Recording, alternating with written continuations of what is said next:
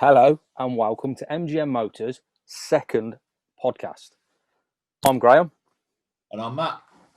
And today we're going to discuss which M3, across all the generations apart from the G80, was the best. So, where are we going to start, Matt? We're going to start at the beginning, or we're going to jump in the middle? I think you need to. I think this is quite an exciting one. It's an interesting topic, isn't it? Because it's a car that changed it's a car from a brand that I love, and it's a car I've aspired to own different evolutions of since I've been into cars. So pretty much all my life. But they've changed massively over the years. So I think the easiest thing to do really is to start at the beginning and almost with the evolution of the M division in Munich, which everyone that's going to be watching us knows is the motorsport division. Of course. And they were formed primarily, that's what they were doing. They were formed for racing and stuff like that. And the first car they built was the M1. That was the first road-going production car that was mega money. I don't know how much it was. It was usual supercar. It was supercar money as well, weren't it, at the time? Yeah, it was. Yeah, it was a supercar. That was what it was built to compete with, and it had the classic supercar shape, and being wedge shaped, being the era that it was from, or whatever. Yeah. And then the M5s came along a little bit earlier than the threes, but the M3. The first one, if we're going to start at the beginning, which makes logical sense to me to start at the beginning. 1986, wasn't it? 1986, yeah. That brought the M to the masses, if you like. So if you think what that was out competing against at the time, it was the Cosy. It was the Cosy era. Yeah. Cosy, the Audi Quattro. You had your fast Vauxhalls, you had your Senator. It would have been the Senator rather than the Colton as well, then, wouldn't it? Yeah. Colton, yeah. I mean, they're probably more competing with the 5 actually because they're a bit bigger. But the Cavalier GSI and the Turbo 2000. That was Turbo 2000, yeah. Probably a bit later, but so that's what it started with. It started with the E30, and I'm sure you're going to put a picture up here because you posted a picture on Instagram today, and I thought it was a cracking picture you did, getting them all the same colour. All the same colour, yeah. I'll put the picture I put on Instagram. We'll just have that up throughout. You'll have already seen it because it'll be the thumbnail for the video. Yeah. So E30 was only produced for 5 years and quite limited numbers. And we actually went to a show, didn't we? I wanted to say last year, but it wasn't. It was the year before, 2019. Was it Gaydon? It was. It was the BMW. Gaydon. It was a bit of a. It was a classic show, wasn't it? More so that there were a lot of the. Yeah, there was a lot of the classic ones there. And stuff like that, and 2002s and that sort of stuff. Yeah. And there was an E30 there, M3. And I was like, that is so cool. And what was so cool about it was a right-hand drive. Yeah, it had been converted, hadn't it? Yeah. It had been converted into a right-hand drive. And instantly for me, it lost its appeal. It did and it didn't. Because for me, I love the fact that it's left-hand drive only. It's rare as anything. But at the same time, it's a pain to live with. So it depends what you're using it for, I guess. I think when you're talking that specific car, you're not driving that daily. That's not your daily drive. That comes out when the weather's nice. Yeah. So I think the fact that it is left-hand drive, it's quirky. I don't think it becomes a pain to live with because of the amount of time you're driving it. You're not driving it all the time. No, you're not. But I don't think you've driven on the continent when driving a left-hand drive car. No, I haven't. But I've drove a left-hand drive 318 compact many years ago, left-hand drive over here. And you just end up driving in the middle of the drive. Well, that was the 318 compact, so you're not going to be overtaking that much because it was a 318 compact. Absolute fact. That's the problem with it, And I've driven a few cars on the continent, right-hand drive.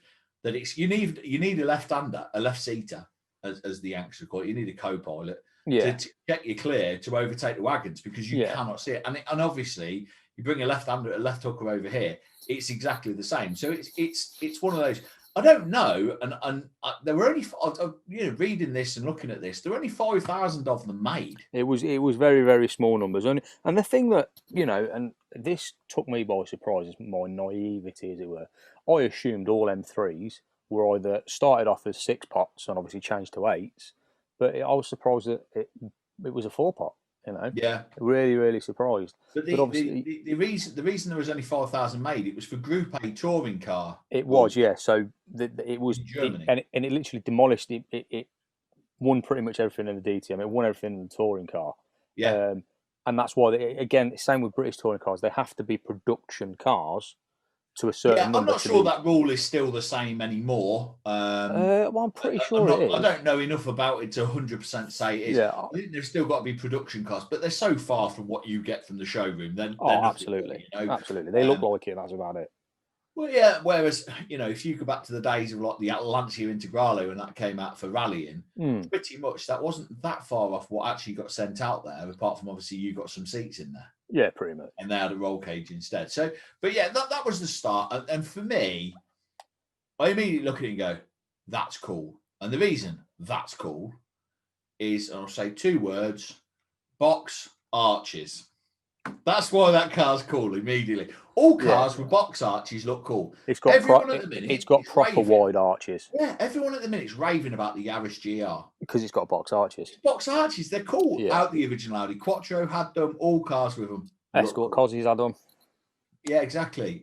We saw one not long ago when we were up having the getting your twos lowered, lowered, and it's still now, you know, but you still look at it and go, yeah, that's cool. And I do think a lot of the appeal is that box arch. It just looks rudimentary and functional, and I think, you know, iconic. You know, I put a post on Insta the other day about, you know, Front End Friday.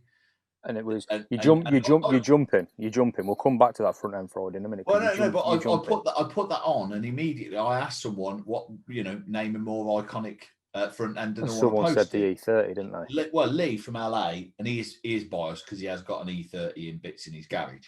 Said, nothing better looking than the E30. And you know, the more I've looked at that picture you posted today, it is a classic shape. It is a classic shape. Best M3. We'll come back to that in a minute. Yeah. So obviously, after that, we go into for me, this is where my love for M3 started, which is the E36 M3. And it's a funny one, the 36. I think it's grown on me more the older it's got. See, I'm a bit of a funny one. When it first come out, I say when it first come out, it wasn't when it first come out. We're talking 98R. So I'm still and this is the story. Obviously, I'm at school. My other best mate, Paul, his cousin swapped an RS Turbo for an M3 Evo and Estoril Blue, and that's where the love started. I remember we come up to school one day, revving the tits off it. So that's when they obviously moved to the inline 6.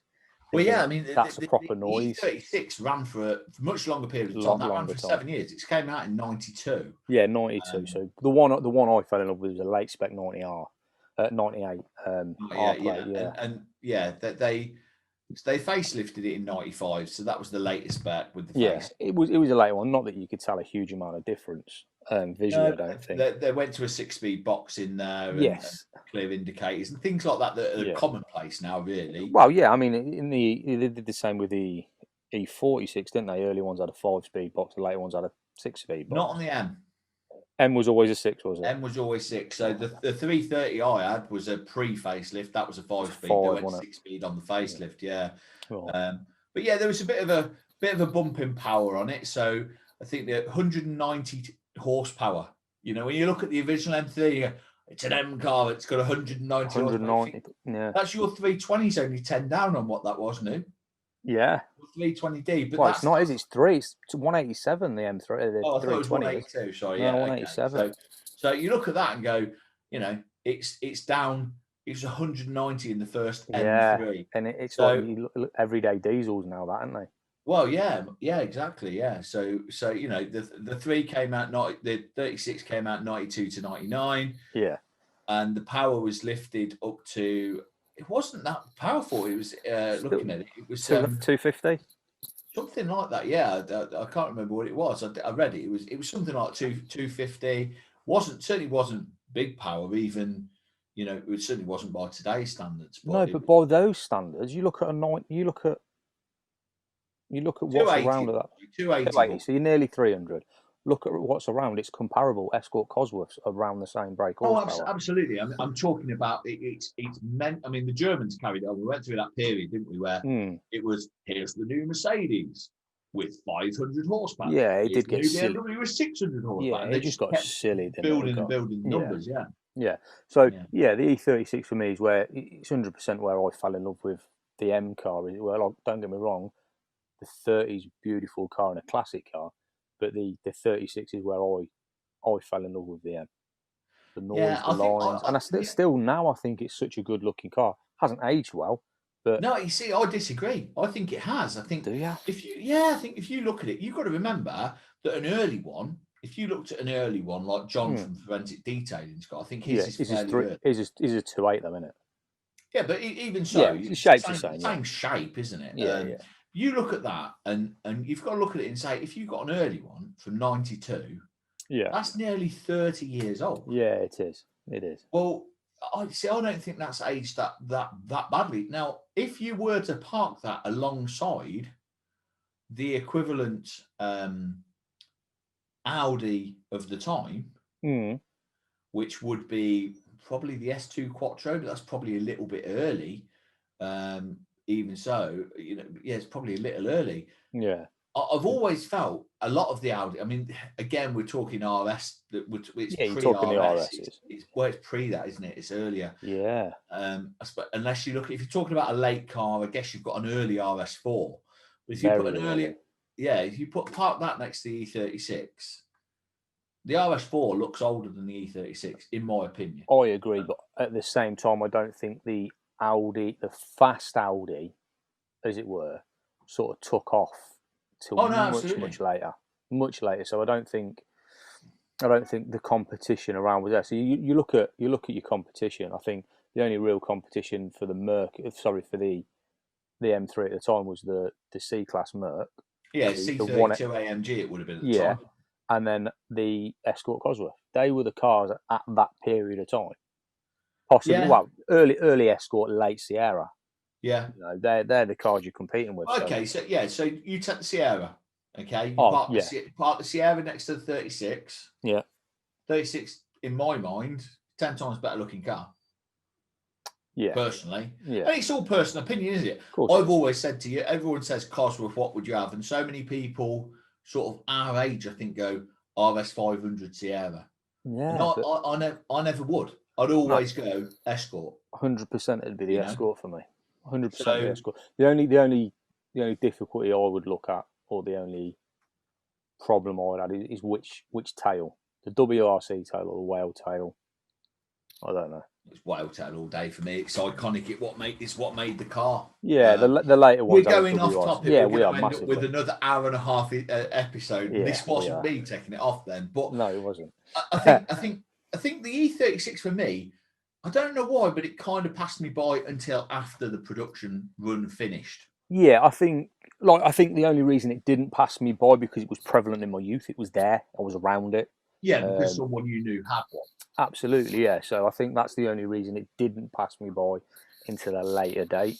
Yeah. So yeah, and the only other cars we sort of consider, like, you're competing with that, but they're not in the. I don't think they'd have been anywhere near the same price. I don't know how much they were new, but your Evos and your Imprezas, of course, were around at that time. Yeah, your early ones. So you're talking. Well, you're not that early. 99. A late E36, you're on probably a version 5. Yeah, turbo true. But again, yeah, you're right. I don't think they were as common as they are now, though. No, I think a lot of them back then were imports and I don't think the brand appeal. Again, marketing, brand power.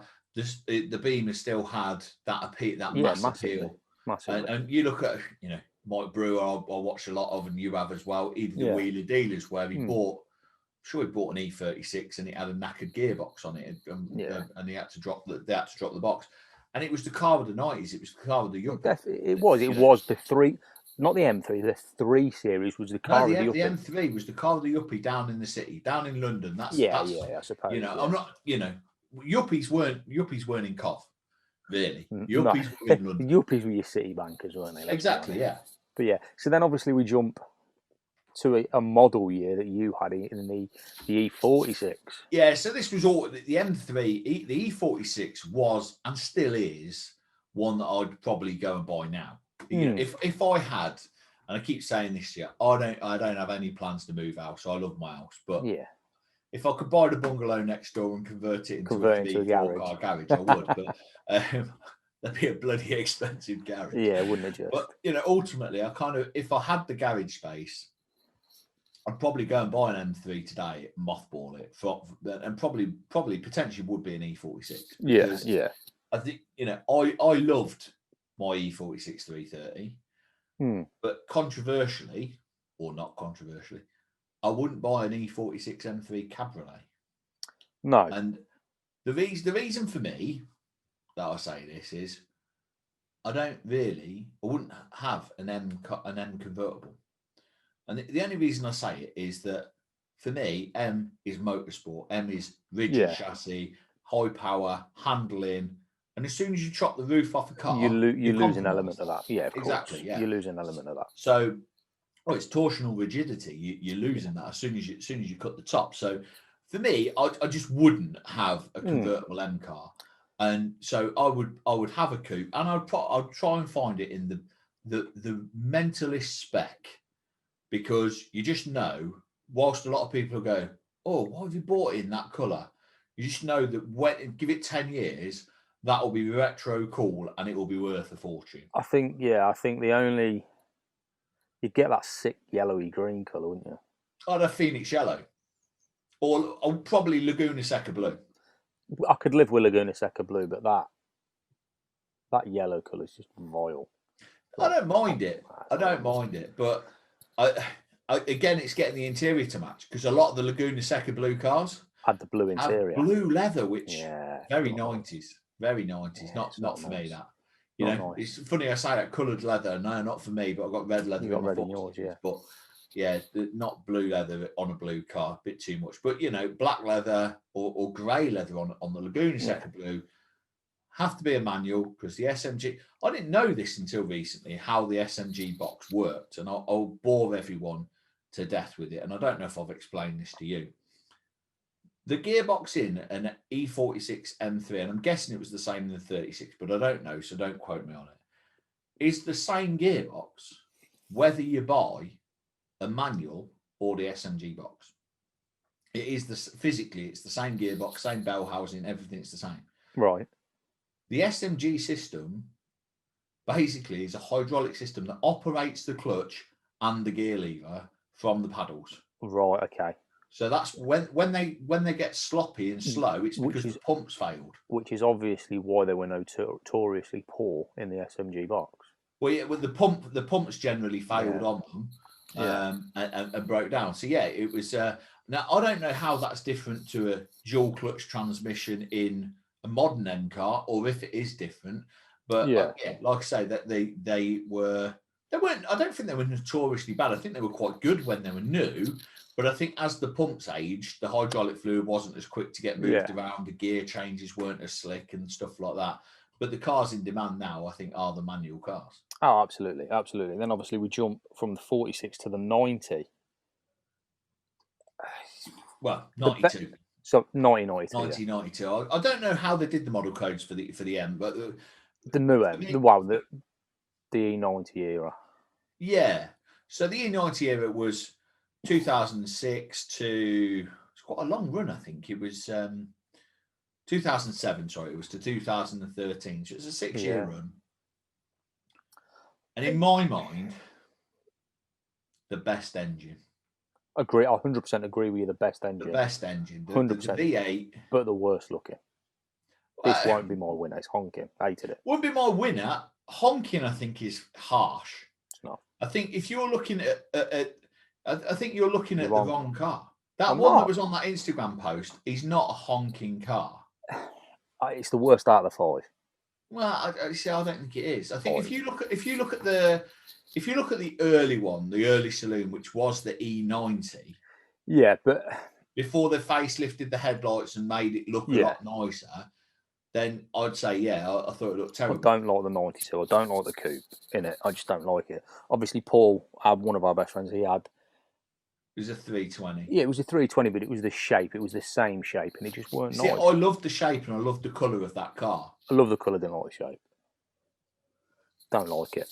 But, well, each to their own, isn't it? So exactly, and that's why we're doing this. And that's the beauty of it, isn't it? So, but I 100% agree. It was the best engine by far.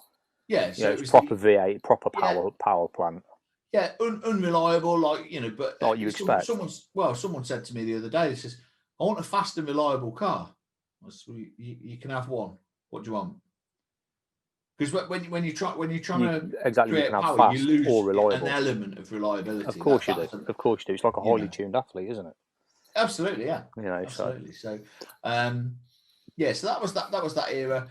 That was when I think that the M cars went a little bit more mainstream, maybe.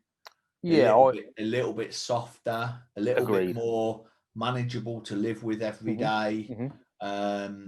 I think they lost their way. I think this is the era where, in my opinion, the C63 way overtook it. I think the C63 was far later to the party than the E92. I don't think it was. I don't know when the C60. I'm going to have to Google that because I'm not up on my Mercs, but I don't know when the C63 was launched. Come on, Wikipedia, where are you? Pretty sure it's around the same sort of time. C63 history. Talk among yourselves. Wiki.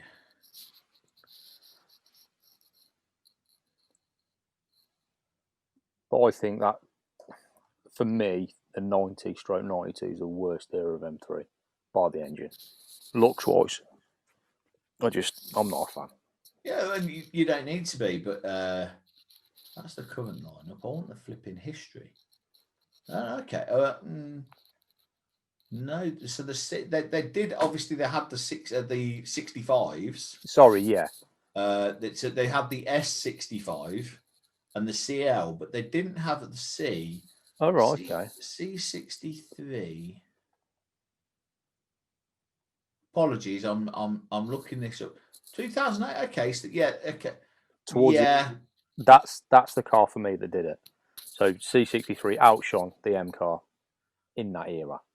I think I'd probably agree. I liked the shape of that Merc when it came out, and until recently, I said that I preferred it even over the new shape one. Right. But then obviously John over the road's got a coupe, and it's not a high spec coupe. No. And I like it. I like that. I like the coupe. I don't like the saloon. If I was going to I've always said this to you. And it kind of goes against the M3 DNA, really. But if I was going to have an M3, I'd have the saloon. I wouldn't have the coupe. Well, and I get that. And that's before the kids in golf. Well, I think you were hard pushed, though, because in the E46, you couldn't get an M3 saloon. No, 36 you could. 36, very limited numbers. Limited numbers, but you could get one. Very, very limited. And obviously on the E90/92 you could, but I wouldn't bother. Again, they were really limited. Yeah, numbers. They were because people. I think they're only limited numbers because people wanted the coupe more than the saloon. Well, and that's where, going on to the last car on our list, that's where it kind of split, isn't it? Because BMW, we're going to simplify this for our customers. We're going to make the odd numbers, the odd numbers hatchbacks and coupes. No. Hatchbacks and saloons. And even numbers we're going to make coupes. And even numbers we're going to make into coupes. Yeah. So you ended up with the 1 Series hatchback. And then along came the 1 Series coupe. Yeah. But that's obviously when they bought the 2 out as well. So but then the 2 got a Grand Coupe. So obviously we're in the F80 now. And I think to have a fair comparison, because we're talking coupes and convertibles as well, or coupes, you've got to talk M4 and M3. You have to, because you're comparing. They're the same car. Okay. They are the same. So whilst you're saying you'd have the M3, and I get that, I fully get that, because you'd want the saloon, you'd want the back doors and whatever. Yeah. If you're talking about the 30, realistically, the 30, 36, and 46, you couldn't get in a saloon, unless you had So let's talk F80 and F81. 81? No. 83. F82. It's F80 and F82. 83 is the convertible. Yeah, F82. Okay, so let's talk those two. Back to a six banger, albeit turboed. Twin turboed, yeah. Yeah, see, that's for me. See, I prefer that engine over the V8 just because it's got turbo on it and I love turbos. Styling wise, I think it's probably the best looking one they've done to date, in my opinion. I think the problem that I have with this, because don't get me wrong, my M2 Comp has got the same engine, and it's a brilliant engine. It's an absolute rocket. The problem I have with it, and it's the problem I had when Jaguar started making diesel cars, right? It's brand association, right? Okay, so I've always associated BMW with screaming six-part, engines. Or occasionally V8s or V12s in the big eight, the big old V5, the big eights with the pop-up headlights and stuff. And the M5 was a V10, weren't it? Well, they had a V10 for the E60, yeah. So I think the problem I have with it is that whilst it's a brilliant engine, thanks to the wankers in charge of government and traffic and all that sort of stuff, and noise regulations and pollution and all that shite, the restrictions that are now on the cars mean that they sound rubbish. Now, I can go and spend $2,500 on a Remus exhaust system. See, this is well, I'm going to disagree with you a little bit. Your car doesn't sound rubbish on the outside. What's changed between your car, for example, and let's say an E36, even an E46? The interior sound, doesn't it? It's not, because so there's a guy I follow and hopefully he'll watch this called Will, and he's done quite a few videos. He's got an M2 Comp and he's looking at what exhaust should he get, what options are there out there, and he's met up with a few different people. And one of the guys has got this PCW mod where they've stripped out loads of the stock exhaust. Yeah. One's got the Remus mod, Remus exhaust, basically axle back exhaust or resonator back. And one's had the OPF filters removed and completely, opened it up. Yeah. And whilst they sound a lot better because they've got a bit more volume to them, a bit more bass to them, that they don't sound as muffled. Yeah. The turbos act as silencers, and that's always been the case. A turbo silences an engine. Yeah. So that's what you're fighting against, and you don't hear the natural straight. No, I agree with that, but I still like. I don't think it sounds bad. I don't think it's a bad. I don't think saying it sounds rubbish is an unfair thing to say. Yeah, right. Absolutely. It doesn't sound rubbish, but if you hear Lee's cars in the corner, which is a Macan GTS or the Boxster S, both of which are they're Boxer engines, they're flat engines, flat. Yeah, they were. They sound brilliant because they're that little bit older. They don't have the turbo silence in them. Yeah. They don't have the OPF filter that anything post 2018's got to have on there. Correct. So they sound freer flowing. So you asked me earlier what would be my pick, and when you're picking a car, it's really difficult as to what you're picking, because if you said to me what's the best looking, I'm going retro. The best looking, the prettiest car there is the E30 in my opinion. Now, if I could take the E30 and is this the E30 MR edition we're talking about? Yeah, it's the E30 MR. Right. So it's take the E30. MR means Matt Robinson. yeah, exactly. But if you could take an E30 and put the running gear from an F80 in there, put the engine from an E92, it'd be a right Frankenstein. But the engine, so I'd want the V8 engine. Yeah. I wouldn't. I'd actually want the V10 engine out the M5. But this is right. This is an M3 conversation, though. Yeah. So stick with that. I'll have the V8, but I'd want the tech out the F80, and I'm going to be really snobbish and go, well, it needs to be a later one with Apple CarPlay. Apple CarPlay, yeah, of course. I think that's one of the best additions to a car. Yeah, 100%. That's what I'd want in a dream world. You can't have that in a dream world. No, you can't. What would I pick? Well, it's a real tough one. It is a real tough one, because the purist in me goes back to the old times and says that's the one that created the brand, that created the M3 image. But then a lot of me goes, I love the modern day refinement. I love the fact, like I said in the last video, that I could drive to Glasgow in the M2 and it can do 36 to the gallon and be lovely and comfortable. I could drop you off, play around the golf, go and have 58 cups of coffee whilst I waited for you, and then drive you home. Not a problem. But at the same time, I know that I can then turn it into a lunatic and have it wanting to take my head off. So I love the refinement that's got. I think obviously when you go for the older cars, you don't get that, do you? No, you're just going to want to rip your face off. Yeah, exactly. So it is a tough one. The nostalgia part of me always going to hark back to the E46 because I absolutely loved my E46. So that's the nostalgia part of it, I guess. Yeah. But what's the best one? I haven't driven them all. That's the other problem. You know? Okay. I haven't driven them all. I've driven an E46 M3, which was a cracking car. I've driven, obviously, my M2, which is the same engine and running gear.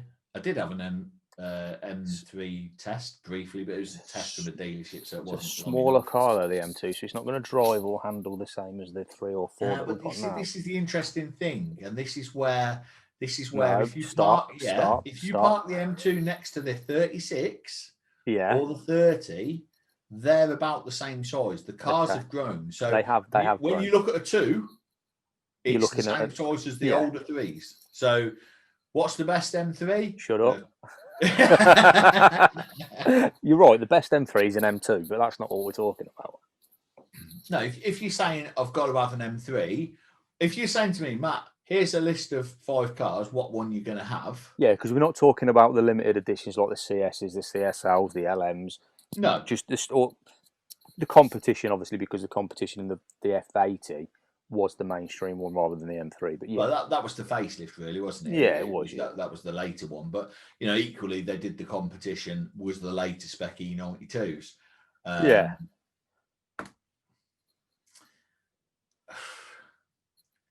You see, you know me, and for those of you that don't, I'm sat here in an absolute suite of technology. I love technology. I have it all around me, and that's one of the things You've either got Google Images open or the Auto Trader open.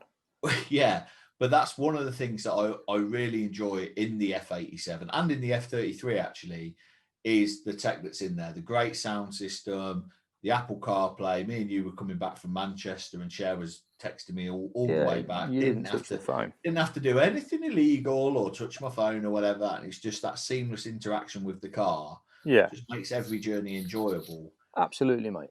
But so what are you picking? Well, I don't know, because if I'm talking driving experience, I'll probably want the rawness of an older one. So because I think that's going to be the drop for pure driving experience. I'm going E46. Okay, I expected that. Because I think as a driver's car, you've got fewer driving aids, you've got fewer safety nets to protect you. It's a raw car that, as the driver, you've got to get the best out of.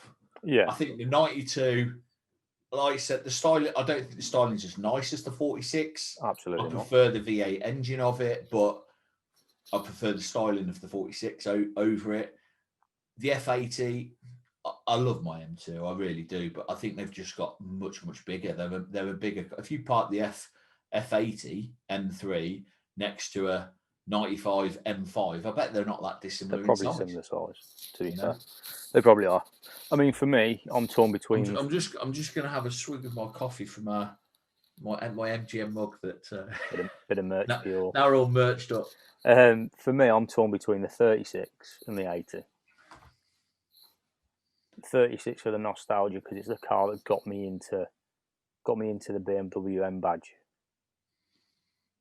Raw power, 0 driving aids, so it literally was. It's just a pure driving machine. It had a bit of traction control. That was about it. That's about it, and maybe ABS. Yeah. So it's a proper driving machine. But then I have 0 talent, so I need all the aids that the F80 gives me. I like the turboed engine on the F80. I like the comfort of the F80. I think the F80 is the best looking out of them all. in my opinion. You know, I think it's nothing to do with the fact that there's an F-Series set on the drive, but...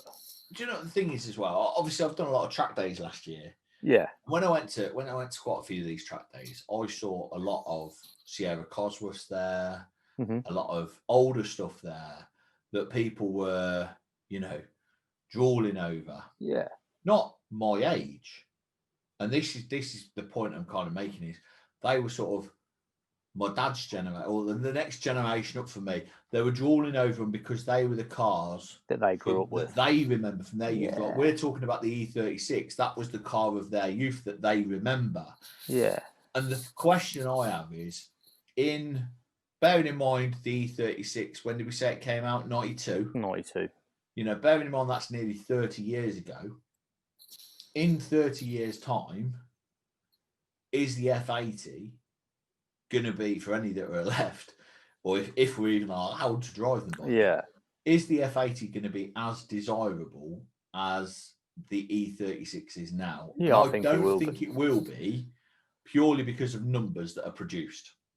Yeah, I see. You know, they were more hand built back then. I think it'll be less desirable. Yeah. And not because of numbers. I think it'll be less desirable because of the M2. So what you're saying is the best M3 is the M2? Yeah. I mean, that you know, we won't be the first people to say this. We're not the first people to say it. Chris Harris has said it. Jeremy Clarkson said it. I think Joe Achilles has said it. You know, the list of notables is long, but the M2 is the best M3. However, that's not what we're talking about. For me, trigger pull F80 comp. Fact. It's gone. And I'll tell you, another reason I'll tell you why. You look at the F30, had the wide box arches. Yeah. Whilst the F80 hasn't got it, it's still got the fattest arse out of all of its predecessors. It's gone wider. Yeah. It has gone wider front and rear. The 46 was wide. And the 46 was wide, but it was too subtly wide. Like if you put my F30 next to an F80, they're so visibly terrible. The rear arches, 100%. Whereas if you put your old E46 next to an E46M, oh no, I think you'd be surprised. I don't think big difference. Yeah, big difference. I don't think there was. I think it was. Yeah, I think there was a difference, but I think it was too short. I get what you're saying. Certainly, you know, that. Let's be honest about the F30. Great car it is. It hasn't got any arches. No, it ain't. It's a flat profiled car. It is, and that's really why you've got to stance it out. Well, yeah. Well, you've got to stance your wheels because they're tucked, but it's quite slab-sided. It's not really got any kick on, any flare on the arch. No. Whereas, and that's the whole thing with the M2. It was the hips on it that, for me, sold me. I was like, look at that. It's just the way it kicks out, the aggressiveness of the rear, and that's the same with that is the one thing that I will concede that the M3 looks better on that they didn't do with the M4 as much is those arches. And obviously, they had to kick those arches as much as they had because of the rear door, which obviously they didn't have that in the M4. So, you know, ultimately the arches look more more substantial on the F80 rather than the F82. Yeah.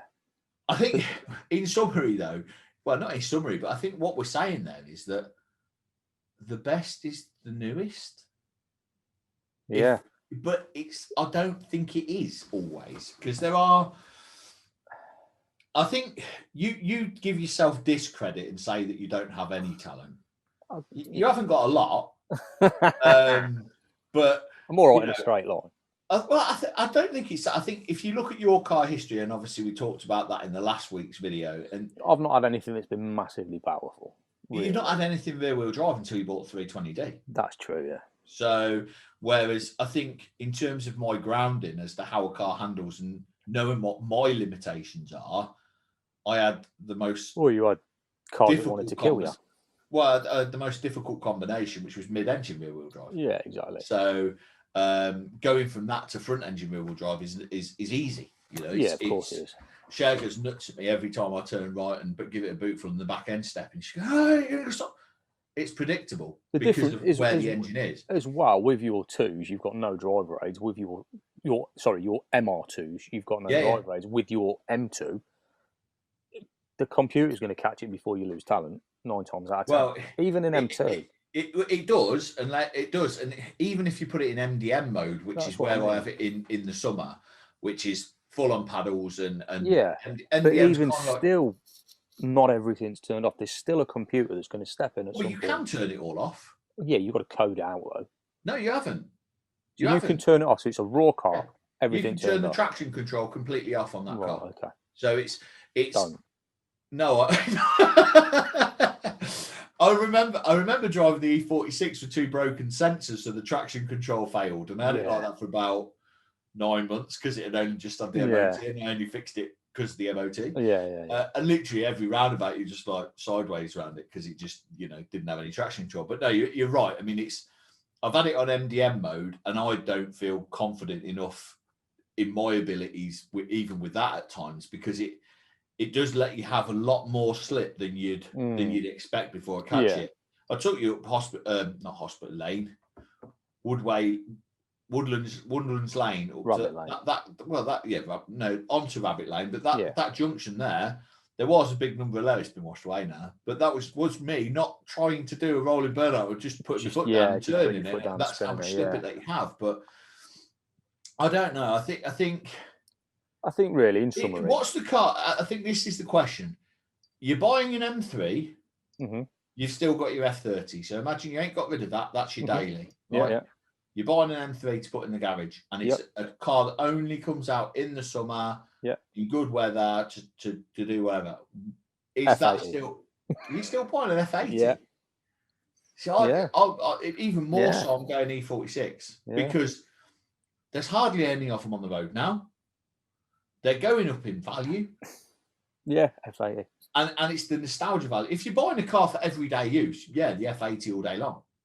Anyone that's buying a car everyday use and going, I'll have an E92 or an E46, unless you're only doing 4,000 miles a year, or and you're a less, mechanic, I'd be very hesitant on doing. But I don't think I'd get as much of a smile on my face from an F80 going out to the garage in a summer's day as I would in an E46 in it's not it's certainly not going to grab as much attention. I don't know. Well, I don't know. To me, the F80 is just an everyday attainable car. And I'm not saying the end, all of these are attainable, probably less so the 36 and the 30, because I think they're probably getting quite expensive now. The day I messaged you saying let's do this episode, was a day I seen E30 sell for £159,000. Oh, that must have been like a GTR or some really. I didn't look into it. I seen it and I thought, you know what, that's a decent listen that'll be. I think, in summary, there is no best M3. There isn't. Well, I think it very much it's personal preference. Absolutely, it's massively personal. I think if you want to, I think if you've got money in your pocket and if you want pure driving experience, don't buy an M3, buy an M2.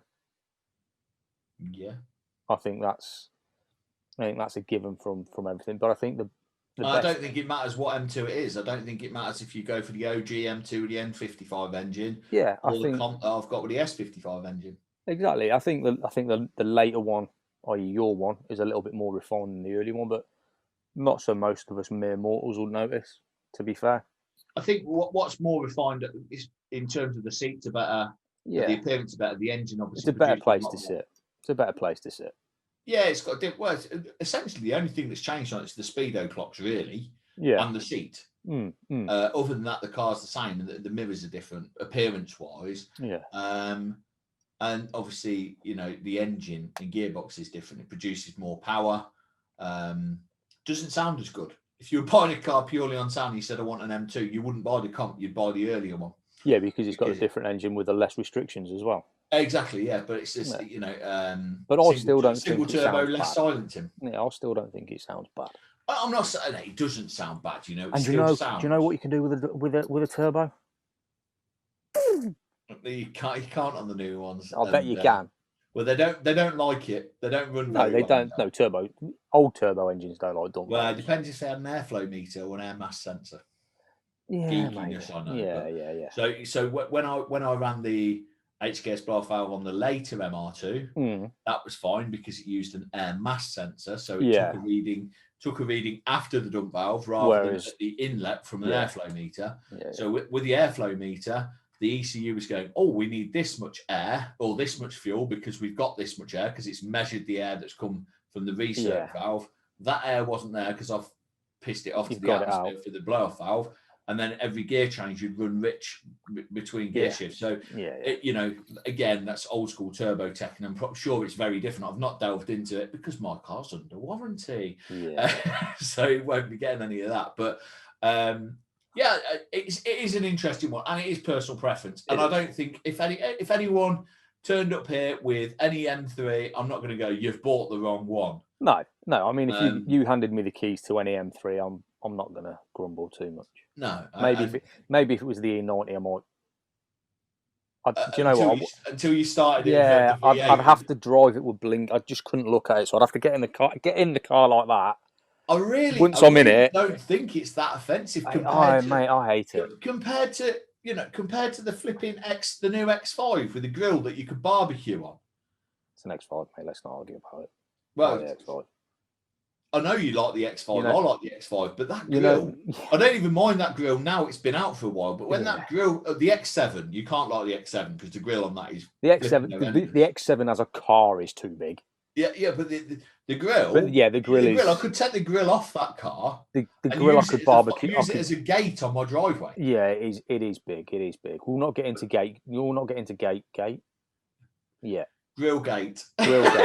No, but I think we'll get into Grillgate when the G30 comes out. G20 comes out. And I'm even coming around to that. And I think in 18 months' time, once that's been out and people have seen it and it becomes the norm, everyone's losing their mind over how they've done these grills. Here's my stance on it. On the M, and obviously we've all seen renders of the M. We've all seen the press M cars. I think it looks amazing on the M.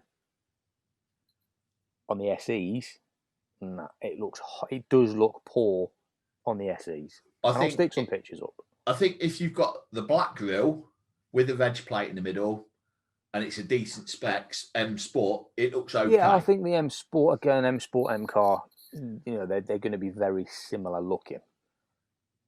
Yeah, but the SE looks terrible. What you've got to look at with this, everyone saw that press shot and went, "What have they done?" They've lost their mind. And the more I look at it, the more I'm going, the more images I see of it, I'm thinking, especially in good colours like they brought out the Isle of Man green. I really like that. I really like that. But I also like that. Like a matte orange the other day. I saw is it frost blue? Yeah. I really like the frost blue. I was sat in mine the other day and there was like a little layer of, it weren't frost, it was more condensation over the bonnet. Yeah. Obviously mine's Estoril blue. So it made it look very matte and I thought, yeah, I quite like that frost blue now. Yeah. Until we see it in the showroom, though, I think it's very difficult. What I will say is it's the first car, I believe, that's ever been produced that looks better with a front number plate. Yeah. Because it kind of... It breaks that grill up. It needs it to break that line up. But I think if you look back to the history of BMW and you look back to how they first started... Very long and thin. Yeah, like 1930s, the original... I think it was actually called a 3 Series. It was nothing like what we know is a 3 Series. Yeah. But if you look back, if you've ever seen Collecting Cars, I think it's called with what's his name? Wayne Farini, I think his name is in the States. He got one, and it literally is almost the length of the bonnet to the bumper, two very thin grills, and it's going back to their roots. And I think the other thing we have to bear in mind here is let's talk about the biggest competitor. Audi. Yeah, they went to their grills have got bigger and bigger and bigger. And I remember a certain orange Fiesta round by us. They put the Audi grill on it, didn't they? That Ty put the Audi grill in. They put and it looked cool as anything. They put the big Audi grill in it. But no one, I'm sure when that first came out, people went, "What the hell is that?" I think you're right. I think it's new. It's different. It's different, isn't it? People don't like changes.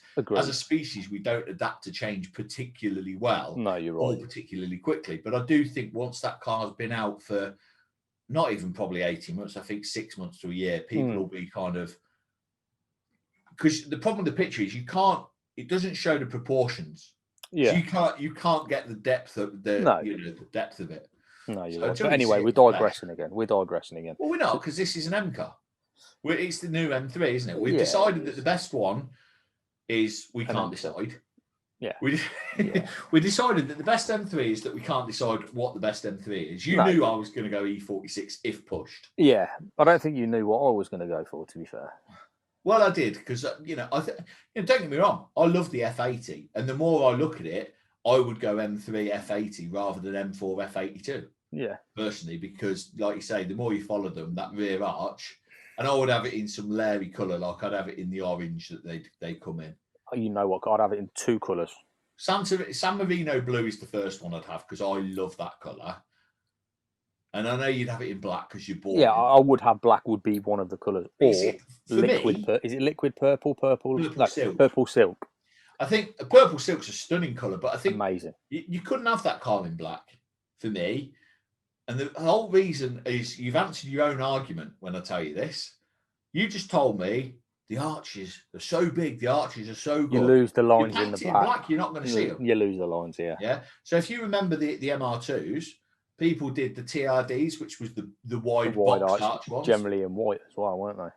Yeah, and the guy I bought mine off in purple, he had a thing for purple. He built one and painted it in Cadbury's purple. Well, that Cadbury's purple is very similar to purple silk.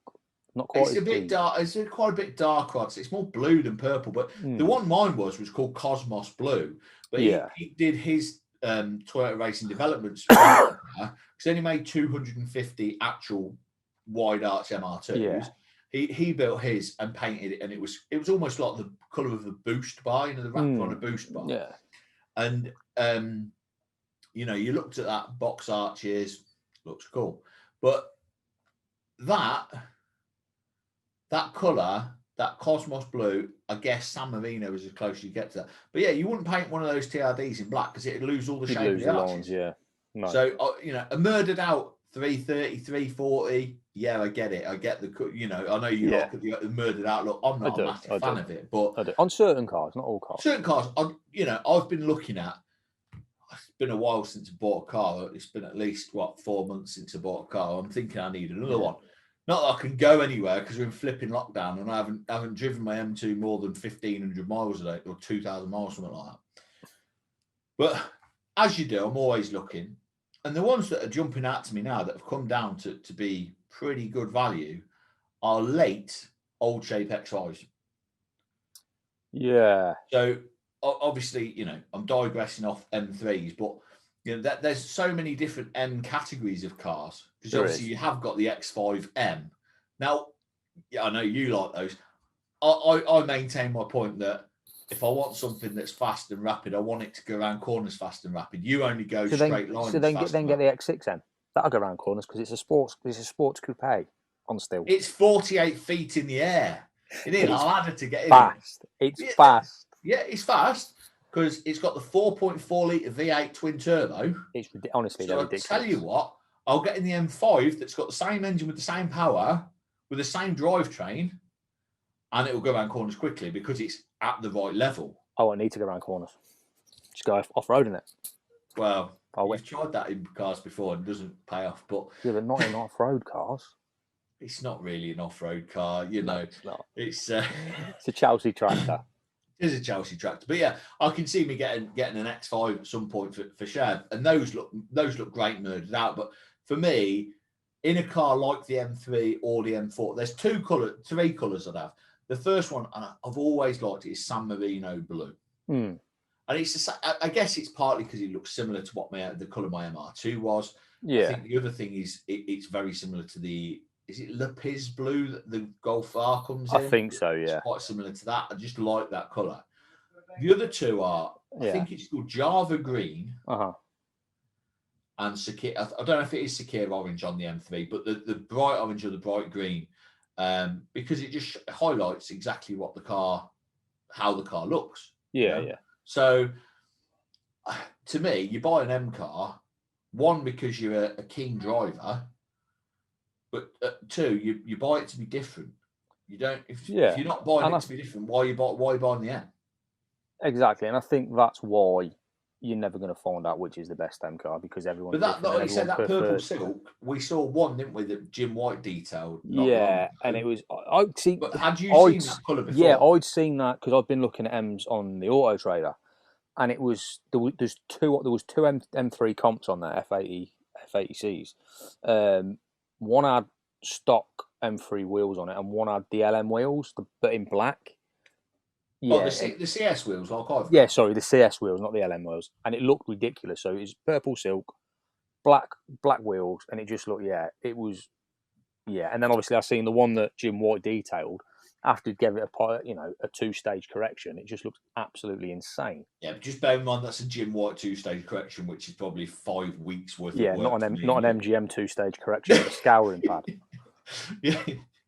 It's not quite that. We have got a DA polish and we'll occasionally bust out, and we are going to do your car. But yes, I think purple silk was an individual colour as well, so it was you couldn't just order it. There weren't. So there's not too many of them about.